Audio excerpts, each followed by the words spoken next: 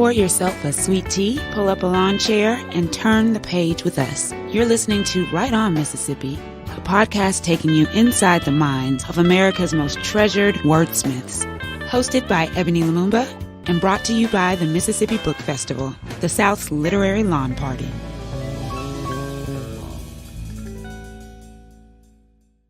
Chapter 6, Kiese Laymon. Kiese Laymon, he's an editor and a professor of English and creative writing at the University of Mississippi. He was born and raised right here in Mississippi and is the author of 3 full-length books, Long Division, How to Slowly Kill Yourself and Others in America, and his most recent release, Heavy. Laymon's work deal with American racism, feminism, family, masculinity, hip-hop, and Southern Black life, among other things. In addition to his books, Laymon has written essays and stories for numerous online publications, such as ESPN.com, Gawker, The Washington Post, New York Times, and NPR. His most recent release, Heavy, encompasses what he describes as growing up a hard-headed Black son to a complicated and brilliant Black mother in Jackson, Mississippi. Kiese is a son of the South and most especially a son of Mississippi, a writer, a teacher, a mentor, and a friend. This is Right On Mississippi. I am Ebony Lumumba, and I'm much more interested in who I'm sitting across from than who I am. Kiese Laymon, how are you? I'm so happy to be here with you. Thank you. You can't be any more happy than I am. We've been high-fiving and fist-bumping before the mics even turned on. Yep. I'm thrilled that you could take some time out, chat with me today. What I like to do is just have really organic conversation with folks that are writing in and out of and about Mississippi. Yep. Hopefully we'll cover some things that other interviews haven't covered. Like, tell us, give us some secrets. Okay. Treat us like your home folk, right? Like family. All right. I want to start by, one, there's this review. So, Heavy, you're doing this massive tour on your new release, which is amazing. Yeah.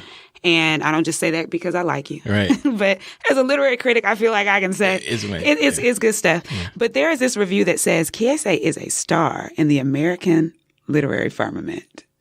So, y'all, I'm in the universe right now. Oh, come on. I am telescoping on Kiese Laymon. That's funny. I also like that it's described as you're writing about growing up a hard-headed Black son to a complicated and brilliant Black mother. Yeah, that's my mama. I've met your mama.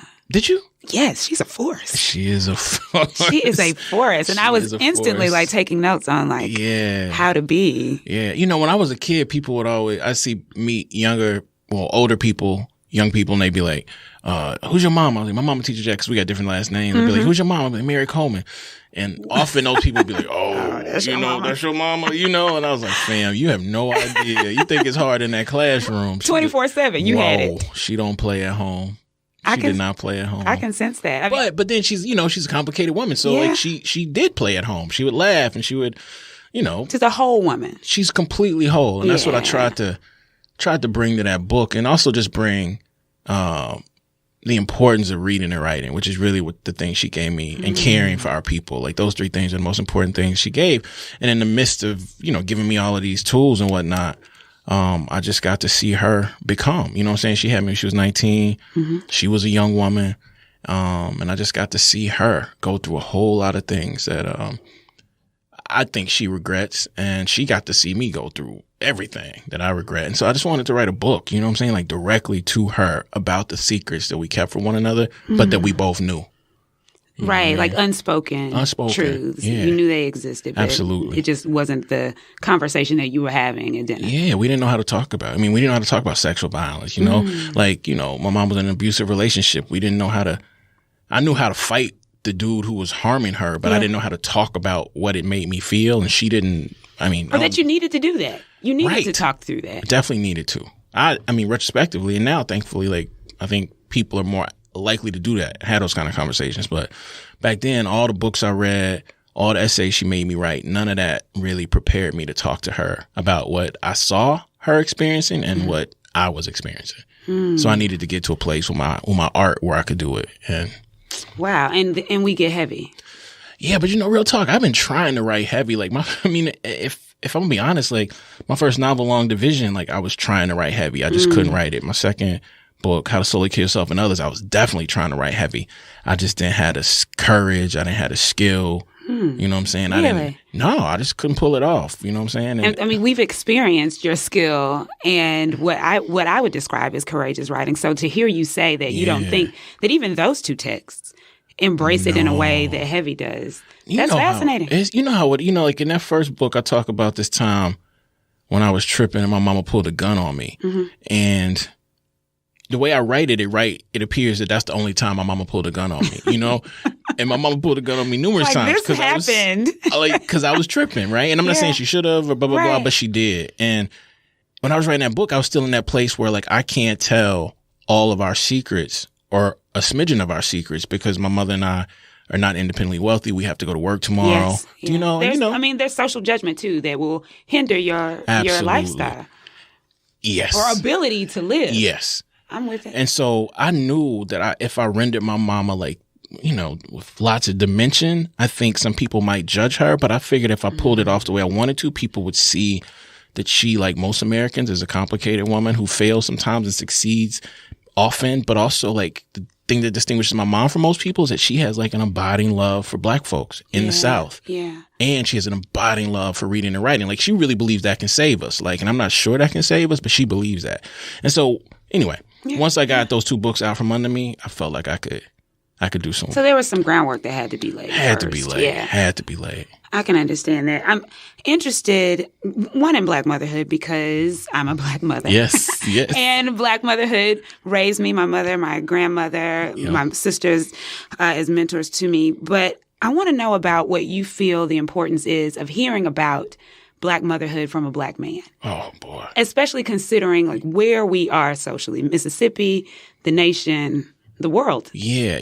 That's a complicated, tough question because sometimes I think the nation gets so focused on like absent Black fathers or present Black fathers that they, I think, intentionally neglect the work that Black women are doing, right? Black mothers, Black grandmothers, Black aunties, Black sisters. And so I just want to make clear, like, I'm not dissing Black fathers. You know what I'm saying? I'm not a Black father. But what I am dissing is this narrative that believes that present Black fathers can save the Black community. I think loving Black family is one of the things that will save all of the pieces. Love it. And it can be 3 fathers. It can be 4 fathers. It can be 2 mothers. It can be 1 mother. It can auntie, be cousin. Auntie, all of that thing. And that's why I'm here. And it sounds like that's why you're here too. Yeah.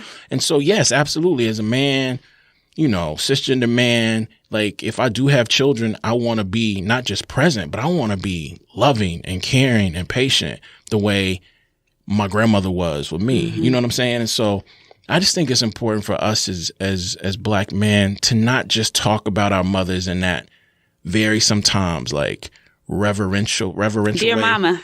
Yeah. Like I mean, I really appreciated Dear Mama, actually, because there's that point when it's an iconic song. When he said, and even as a crack fiend mom, he always was a Black queen mama, I was just like, oh, did he just tell everybody his mama? His mom had an addiction issue. Right, which is weird. And so for me, my thing was this. If anybody in this room right now came in here and started disrespecting my mama, my body would want to kill that person. Visceral reaction. Psychologically, I know it's the wrong thing to do, my body. So I was just like, what does it mean that I have this love for my mama that will make me kill for her, but I can't tell her the truth about what happened yesterday?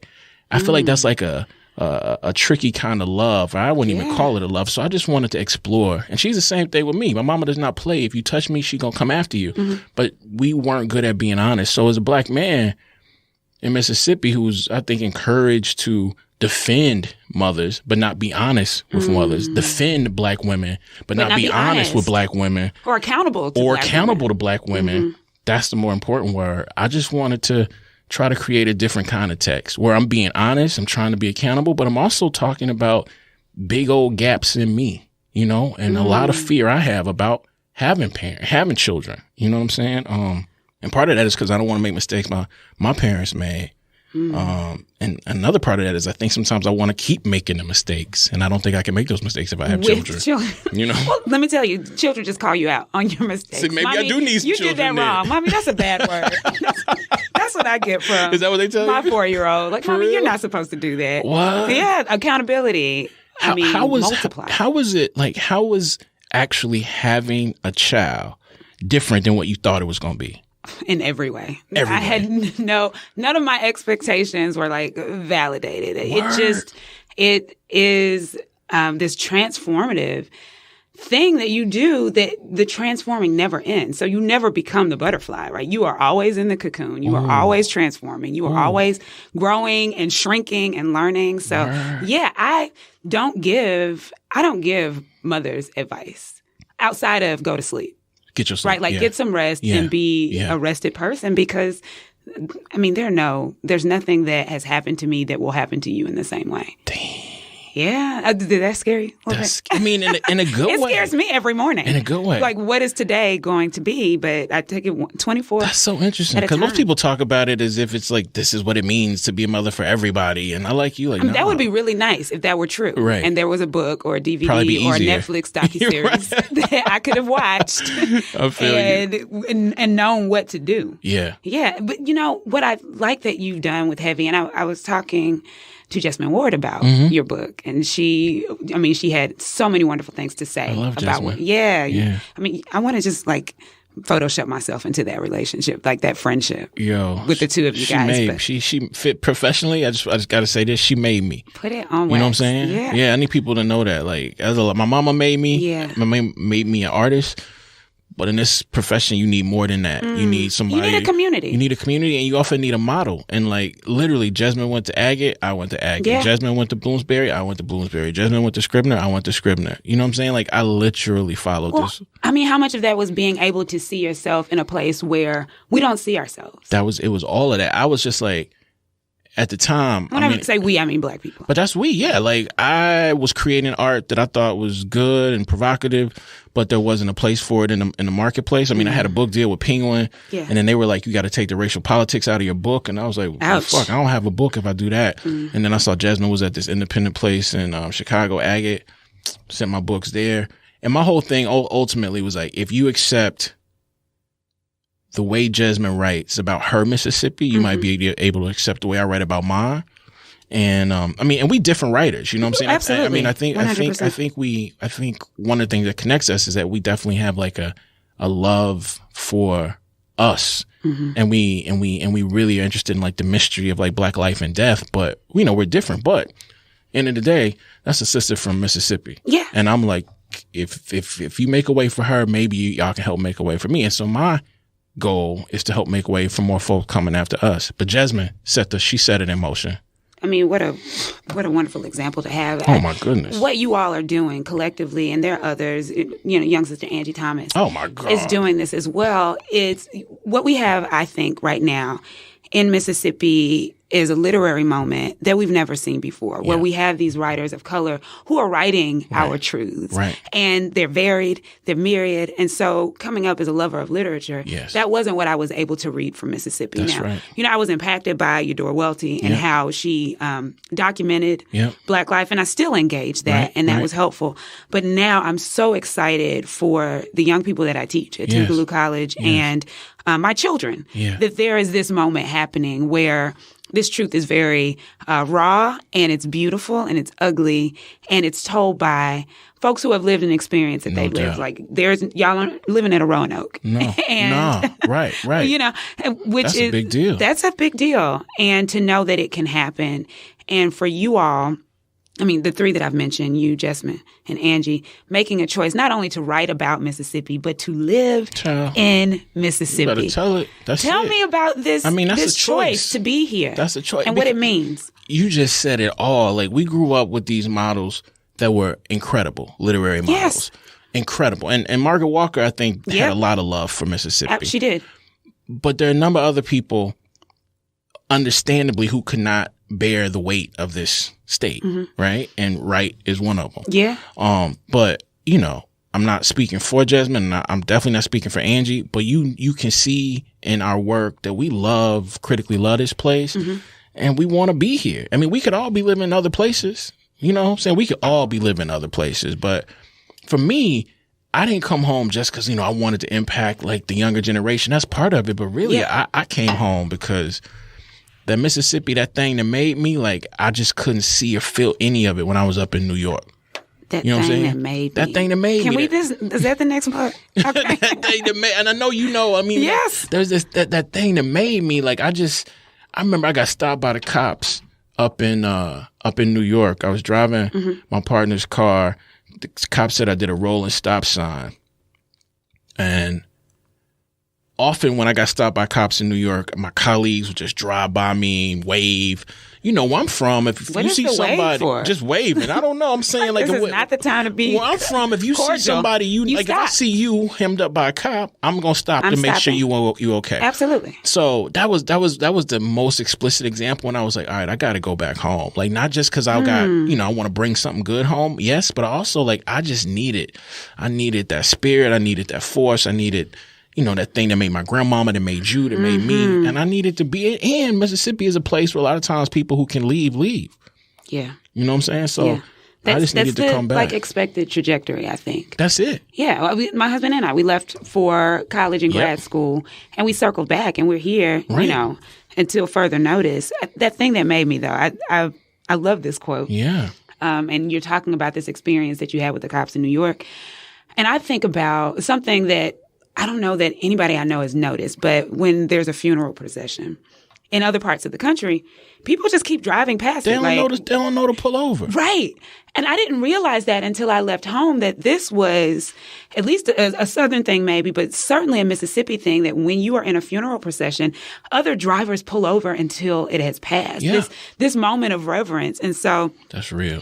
When I came home and it was still happening the way that it has always happened my whole life, and I got to explain it to my 4-year-old, that was just another kind of stamp on it's important to be in this space. No doubt. For more than just kind of wanting to lead the charge for progressive and positive change. Right. But there are some things that are here that are valid, that are valuable. Absolutely. And that are a part of me that I'm proud of. Absolutely. And that's not necessarily the narrative that we get about Mississippi. It's not. I often describe it like we are the portrait of Dorian Gray. That's exactly who we are. For the rest of the nation. To the rest of the world. Yeah. Right. Which is, hypocritical as heck. It's so hypocritical. I mean, the wonderful thing about our state is because it has been so terrifying, particularly to Black folk, we're not at like a deficit for like freedom fighters. That's what makes that's what makes places like Oxford so scary, is that like they have chosen to concretize and make like Confederate statues or make statues of a particular kind of young person. When we have so many people throughout our history who were actually freedom fighters, who did not harm anybody, who were really fighting ultimately for the liberation, real talk, of everybody. But then challenge folks' humanity. And so like my thing is Mississippi, like we set the model. Like people, you go to places, you go to China, you go to Argentina, like the model we set for what people call civil rights and organic indigenous rights was laid right here. And resistance. It was laid here. You know what I'm saying? I'm not saying it wasn't other places, but I just think sadly you just have to. I feel like I need to remind people whenever I do these conversations. You know what I'm saying? So do I. Yeah. Because I was talking about this the other day. You know that Tupac quote about the roads that grows in concrete. I'm never going to let nobody say that I grew up in no concrete. This ain't concrete. This is not concrete. This is some fertile soil we grow up in. And fertile soil oftentimes creates really great produce and, flowers and all of that shit. So I know why we here and I know who we come from. Part of where we come from. Another part of where we come from is like, there's a lot of people in the state who are like committed to terror. Yeah. But that ain't all our state. Though. No, it's not our whole story. So what role do you think as a writer specifically? Because we understand there are some politicians that are doing good work. There are some artists that are doing good work. There are some, culinary artists that are doing good work, and folks in business and education. But for writers specifically, what do you feel your role is in sort of crafting an equitable narrative of the state? Yeah, Toni Cade Bambara said this, like, my job is to make revolution irresistible. You know what I'm saying? Like, that's... Yeah, I love and, that. And there are different ways to revolt, right? There's like these overt political revolutions. I think there's emotional communal revolutions. I'm trying to, be a part of a creative revolution that allows all people, and particularly Black Southern people, to know that like our lives, like the minutia of our lives are worth talking to and telling. Yes. You know what I'm saying? My book is called Heavy, not just because it's about weight, but because I think ultimately like your story connected to my story, you know, connected to Chokway's story, connected to Eve's story, like it's going to make us heavier. And what I know from being in this state is that like when Black folk are heaviest, we're hardest to move, and we're also more likely to push and create spaces that make us, you know, able to talk today. So I'm trying to use my art to make us heavier, more connected, and also more willing to confront like those things we don't want to talk about. So we don't need to have any more like purely patriarchal revolutions in this state. We don't need to have anywhere. We don't need to have, you know, revolutions that don't welcome, not just tolerate, but welcome like trans folk and like queer folk. We need to make revolutions that like actually embody all of who we are. And I'm trying to create art that can do that, but I'm not trying to preach though. Yeah, it's not like I preach it right now, but in my art, I'm not trying to preach. Well, you haven't dropped any scriptures, okay. So I don't think they're gonna ordain you today. You're safe. This concept of heavy, though, you're saying, because I think you can be heavy and not be substantive. Yes, man. So, you know, what I've experienced with the young people that are on the campus where I teach who have engaged your work. What happened, and a similar thing happened to some of Jessamyn's work, is that we spend the class session talking more about their experiences than what's in the book. And I think that's a really powerful dynamic because they've injected themselves into an important conversation. Absolutely. Where they are validated, where they feel relevant and recognized. Right. And so, I mean, that's kind of what... That's a big deal. Yeah. No, I mean, that has to happen not only in Black communities, but Black Southern communities, which is a completely different animal. Right. I mean, that call and response, that's just a variation of call and response, you know? Right. So when teachers tell me, like, that you know, we taught your book and, you know, the kids didn't want to talk about the text. They wanted to talk about their lives. Like, I'm saying that's part of what we want. The same thing happened with Angie's book. Absolutely. Star went out of the window and they started talking about themselves and their communities and their fathers. And, you know, one sister talked about her father being in a gang her entire life and him losing his life to gang violence, but how that informed her upbringing and her perspective. Wow. And so to feel that what your texts have the ability to do is create these safe spaces, regardless of environment, for the Black Southern experience, which unfortunately I think that in a lot of our literature, albeit brilliant, the Black experience is sort of muted or marginalized. Absolutely. Or Southernness cannot be associated with Blackness. Right. And this is the only Blackness that I know, right? Like Southern. Right. And so, you know, it's an interesting conversation to have with other Black people in other parts of the country who associate Southernness with whiteness solely. Right. And I mean, that limits our experience. I get frustrated at folks like I do too. You know, because there'll be people who...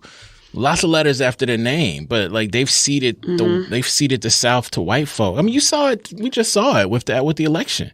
Wow. You know what I'm saying? Like you see it in the. You know, like this is. For me, the South is Black. You know, like when Andre 3000 said the South got something to say, he wasn't talking about white folks got something to say. Okay. You know what I'm saying? He wasn't like, yo, like what, the white folks got something to say in the South. No, fam. He talking about us. Specifically hip-hop, right? Yes. That had been, again, marginalized by other hip-hop communities. Absolutely. But the thing is, what's so dope is like he was from Atlanta. He could have easily said Atlanta got something to say. But he roped in. And when he said that, I remember feeling that. I was like, because, you know, being from here, I always thought about Atlanta as almost a different country, right? Like its own country, almost, you know, and or New Orleans was a different, you know. New Orleans is a different. It is a different, right? We got to give it to them. You need a passport to get in there. Yep. But I'm just, you know, the South is. I mean, my grandmama worked too hard for me to say it's not ours. True. My grandmama literally worked too hard in that land, and I'm born here because she did not. I have all respect in the world for people who left and went to Gary, Indianapolis, Chicago, St. Louis, Detroit. My grandmama didn't run. Yeah. That's why I'm here. Yeah. That's why I'm born here. So how dare, man, please, I wish I would give this place to those folks. So this is our state. We have some ownership. We definitely do. We do. And we need to share it with with not, we know we talk about white folks so much, but like with indigenous folk, because they've been here before us. You know what I'm saying? So like, I'm just not. I mean, the naming, the Absolutely. word Mississippi and Natchez and all of these names that allude to an appreciation for a culture that you see very little of. Yes. And so you can live your whole life in a space like this and never have any interaction Right. with indigenous communities, which is shameful. Which is shameful. That's what. That's it. That's what it is. You gotta call it what it is. Shameful. I'm interested too. So I mean, we could be heavy. Let's go For the rest of this. All right. But I also want to know some light things, right? Like Good. like writing vices. What do you have to produce this? I mean, this brilliance that you give to us. What are you eating? What are you watching? What are you drinking? All legal.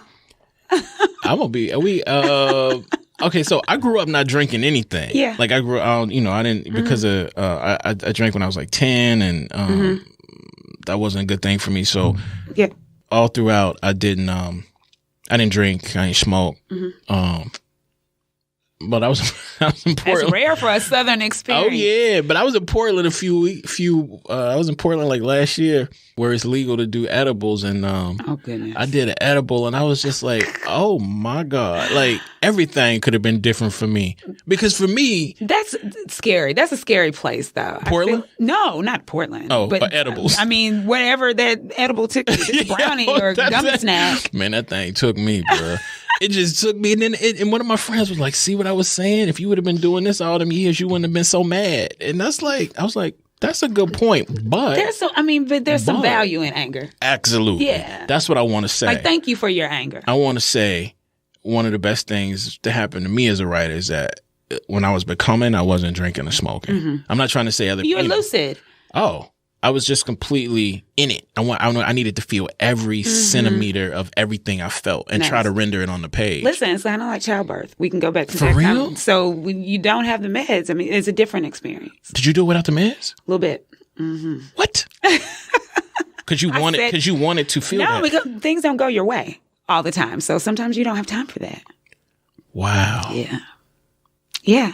So I get it. Crazy. Sometimes feeling everything Yeah. helps you to appreciate the process in a different way. Sometimes. And so I'm at this place still where I'm just unsure because my inclination is to suffer. And that's partially growing up in a Black Christian super Southern household, right? Like the idea is that like you push until you can't push anymore. You take as much as you can take. And, you just got to have faith in God that you'll recover. So I'm a little torn because I don't, if I have children, for example, I don't want to teach them to like, I think there's a thin line between like suffering and pushing yourself into a healthy place where you like get struggle. better. Struggle, right? Yeah. Healthy struggle. And so for I like that, healthy for me, writing has just always been, in the absence of liquor, in the absence of mind altering substances, writing was how I tried to make sense of what I was thinking and feeling. Which can be intoxicating too. See, Like a drug of its own. completely intoxicating. And that's the thing we never talk about. You know what I'm saying? Like, I live alone in Oxford, Mississippi for a number of reasons. Yeah. But one of the reasons is because the one thing in my life where I will not negotiate or bend is my writing practice. I write 2 hours before I go to bed. I write 2 hours when I wake up. I don't care what's happening in my life. That's a beautiful routine. That's just what but that's not, there's a part of it that enables me to write a book like this, but it also doesn't make it so great for relationships. Well, listen. You can't be like, oh, I love you too, but give me 2 hours. I'm going to just knock these 4, 5, 6, 7, 8 paragraphs out and then we're going to come back. That sounds beautiful to me. Like, I got 2 hours to control the remote, to go, see, shop a little bit, That's to what's take up. a nap. That sounds good. I like that. Okay, good. That's another way I'll to find someone look at for it. you that thinks about Yeah, that's a good that. way to think about Yeah. it. I hadn't thought about it like that. Yeah, we all need our space. Right. So speaking of our space, Mississippi is our space. Like we are Mississippi brother and sister. And just give me one word that describes your Mississippi. Stank. I love it. I want to end on that note. That's it. This is Right On Mississippi.